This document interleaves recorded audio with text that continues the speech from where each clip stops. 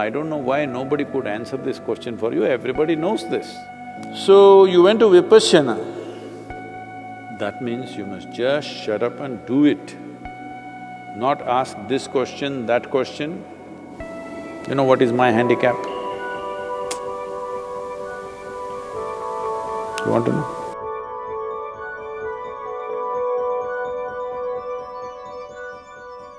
This question is from Decent Divan. Whoa. Respected Guruji, I am a Buddhist and a Vipassana practitioner. I have a question which I have asked many Vipassana teachers and other gurus, but everybody said that no one can answer this.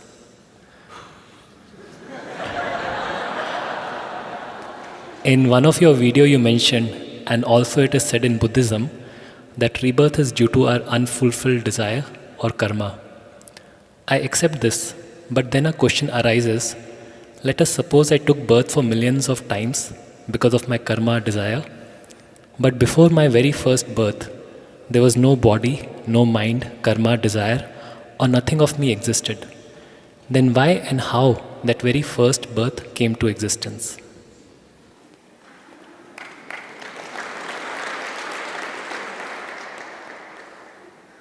Now, even I'm wondering about that about you.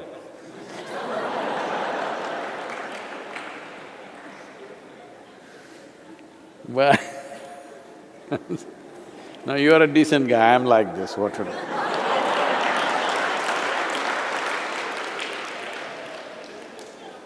Let's take that question further back. It's not just about your birth. Well, in the yogic culture, there are theories which are explained in the form of dialectical stories, how Shiva was like Shava.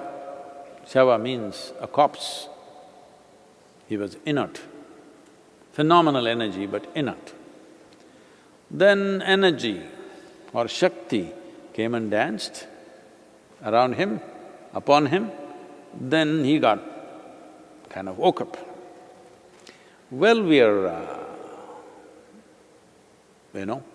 picturizing it as a man and a woman, but that's not what we're talking about. Inert means nothing happening, no reverberation. No reverberation means no creation. Energy got introduced, reverberation started. From a simple basic reverberation, it got more and more complex. As reverberations became more complex, it became matter, matter became small molecules, they became planets, planets became many things, life happened, variety of things, you know the evolutionary theory from there on. Evolutionary theory only starts after life has started or at the beginning probably, but if you go back, creation itself, we may not know the exact trajectory of how it happened, but we approximately know how it happened even as per modern science. So in the modern scientific parlance, the same thing is said today that if you apply energy, not even into it, just around it, suppose you create vacuum in a container and apply energy not into the vacuum, just around it, virtual protons and virtual neutrons will erupt. That means creation begins to happen. Proton, neutron just have to get together for an atom to happen. Once an atom has happened, creation has started. So, similar things are said in modern science.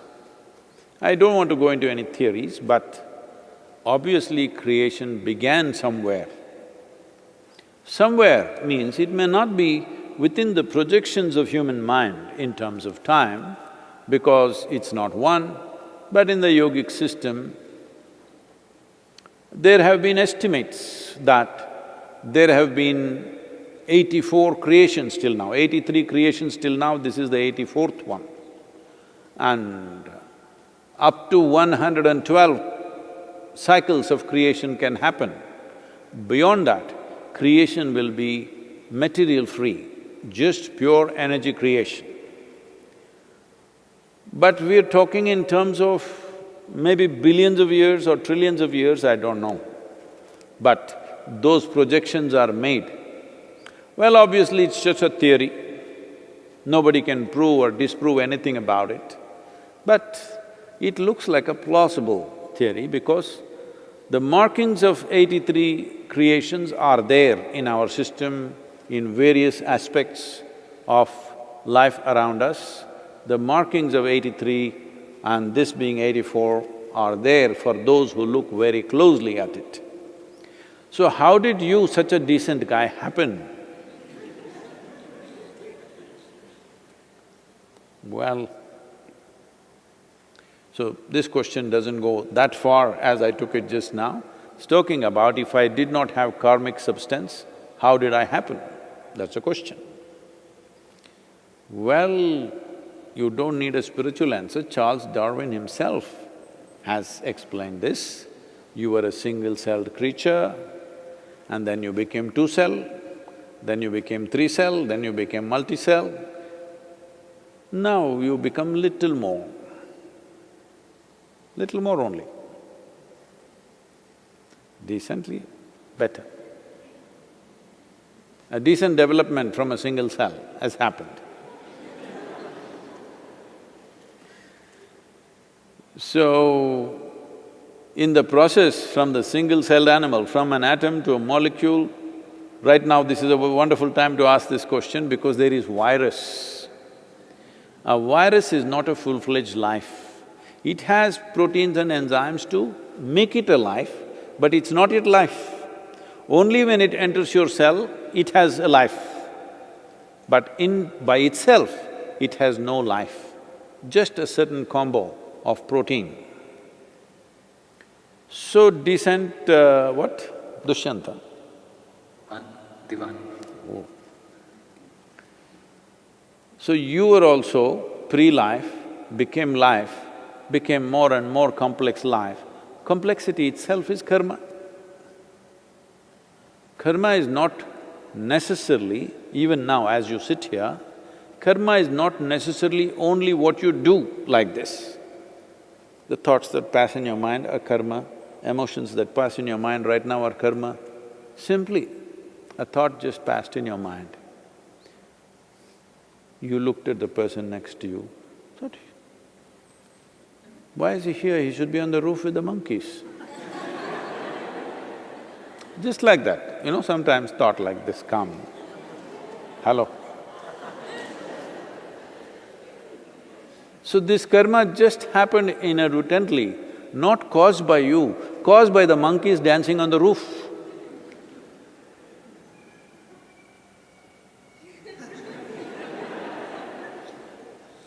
So, because monkeys came there, you looked at this guy, at a certain angle, he looked a certain way to you. Maybe it's the lighting, maybe it's the way he sat, maybe something, and a thought came and went. Now you performed a karma. That somewhere you look at another human being and you think he's a monkey. Now this won't stop here, do you understand? Now you looked at him and thought you're a monkey. Tomorrow, we changed your department and you're in the monkey department. Oh my God, I have to work with this monkey today. It will continue. And if suppose the situations are placed like that, he is in charge of the department, you have to work under him. Do I have to be instructed by a monkey like this? It will grow. And this is how you became a racist.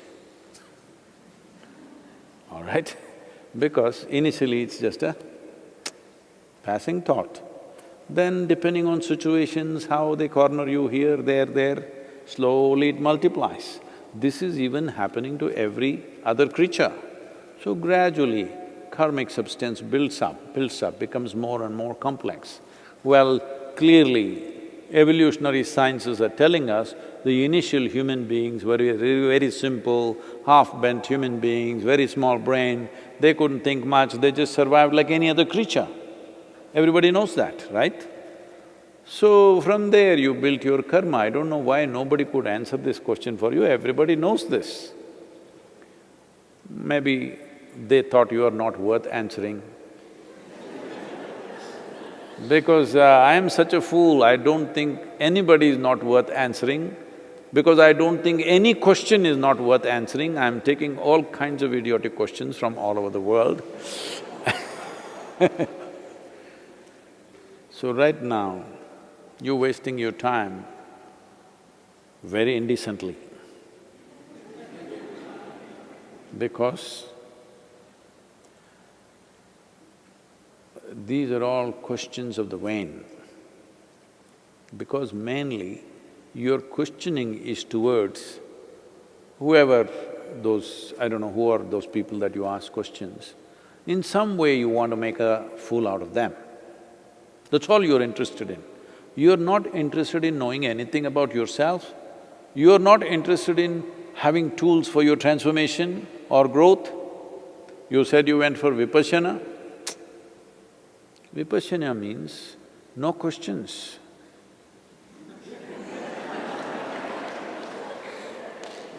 Simple instruction, just do it, do it, do it and do it. Because that is a process which demands perseverance as the greatest quality. Gautama taught Vipassana to large groups of people because there was no time to prepare them. He was every day moving from village to village, town to town, no time to bring understanding into those people. So no teaching, no question, just simple instruction. Get the instruction right, just do it, do it, do it. Slowly it will transform you. It's a bit laborious process, but a fantastic process that even if you have no clue what you're doing, if you just do it, slowly it will transform who you are. When I say transform you, every aspect of you, including your chemistry, gradually it will transform. It's a laborious process because in those times, you must understand, he was teaching 2500 years ago. 2500 years ago, the common wavelength of the society was not intellectual understanding.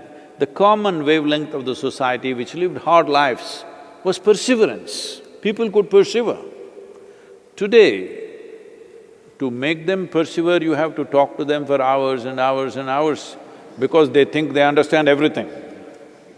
Those days, people had no such problems. They knew that they don't understand. So you had to just you had to just instruct them and say, do it. And those were good times for the gurus. Because if you give an instruction and say, you must do it, you just do it. You know, my mother, some yogi in Nandi Hills, once we went to Nandi Hills and she showed me the cave where she was initiated. She gave… that yogi gave her some mantra, I don't know who he is anyway. And she never had a picture or she wouldn't even talk, utter his name. But every day she did something with eyes closed.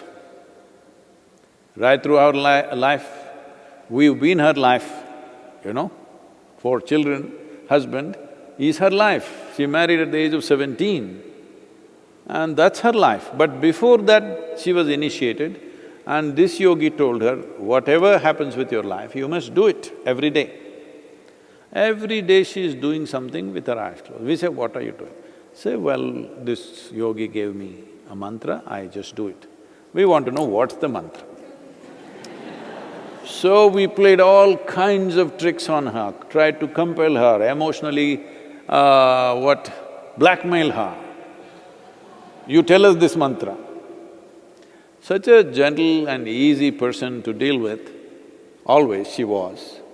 But not once, no matter what, either to her husband or to her children, she ever told the mantra because the yogi said, you don't share this with anybody. I mean to say, it was so easy to instruct them.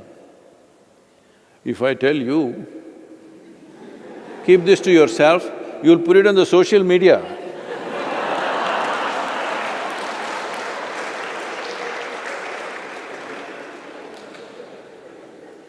So, because giving instruction was very effective and simple, In the previous generations, especially 2500 years ago, Gautama chose this path, no understanding, no teaching, obviously no questioning, just do it. Only to those who gathered around him, who traveled with him, who were in close association with him, to them he taught shunya because that needs understanding. Without bringing substantial understanding, that won't happen. So you went to Vipassana. That means you must just shut up and do it. Not ask this question, that question, because that question or the answer will not in any way add to your practice. The practice has been designed in such a way, irrespective of who you are, if you do it, it will work. It's just that it's a bit laborious. You have to do it for hours every day, for a long period of time. But it will work, it's a fantastic device for those times. Even now it is for a whole lot of people. So, don't waste your time. The decent thing for you to do is, if you're here, I don't know where you are, if you're here, take instructions and just do it. Otherwise, stick to the Vipassana and do it, one way or the other. Take one forward step. Rather than standing in the same place and looking all over the place, it won't add to your life in any way. It's just that in foolishness you will think you're smart by gathering these things. Maybe now I have said what I have said, you will go and tell somebody else, you know what Sadhguru said, this is what it is, even he doesn't know.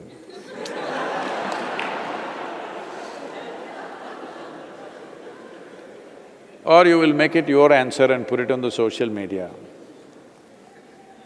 Whatever you do, it's of no use. Existentially, if you want to move on, you must do something existential within you.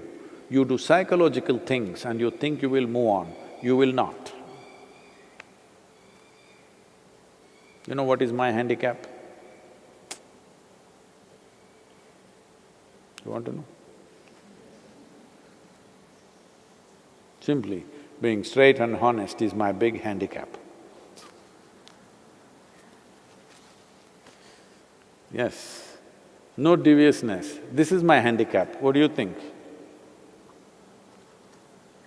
Tell me, Sadhguru, it's not a handicap. Hey! Some of my advisors think this is a handicap, I'm too straight and blunt about too many things. But that's the way I will be. If you don't like it,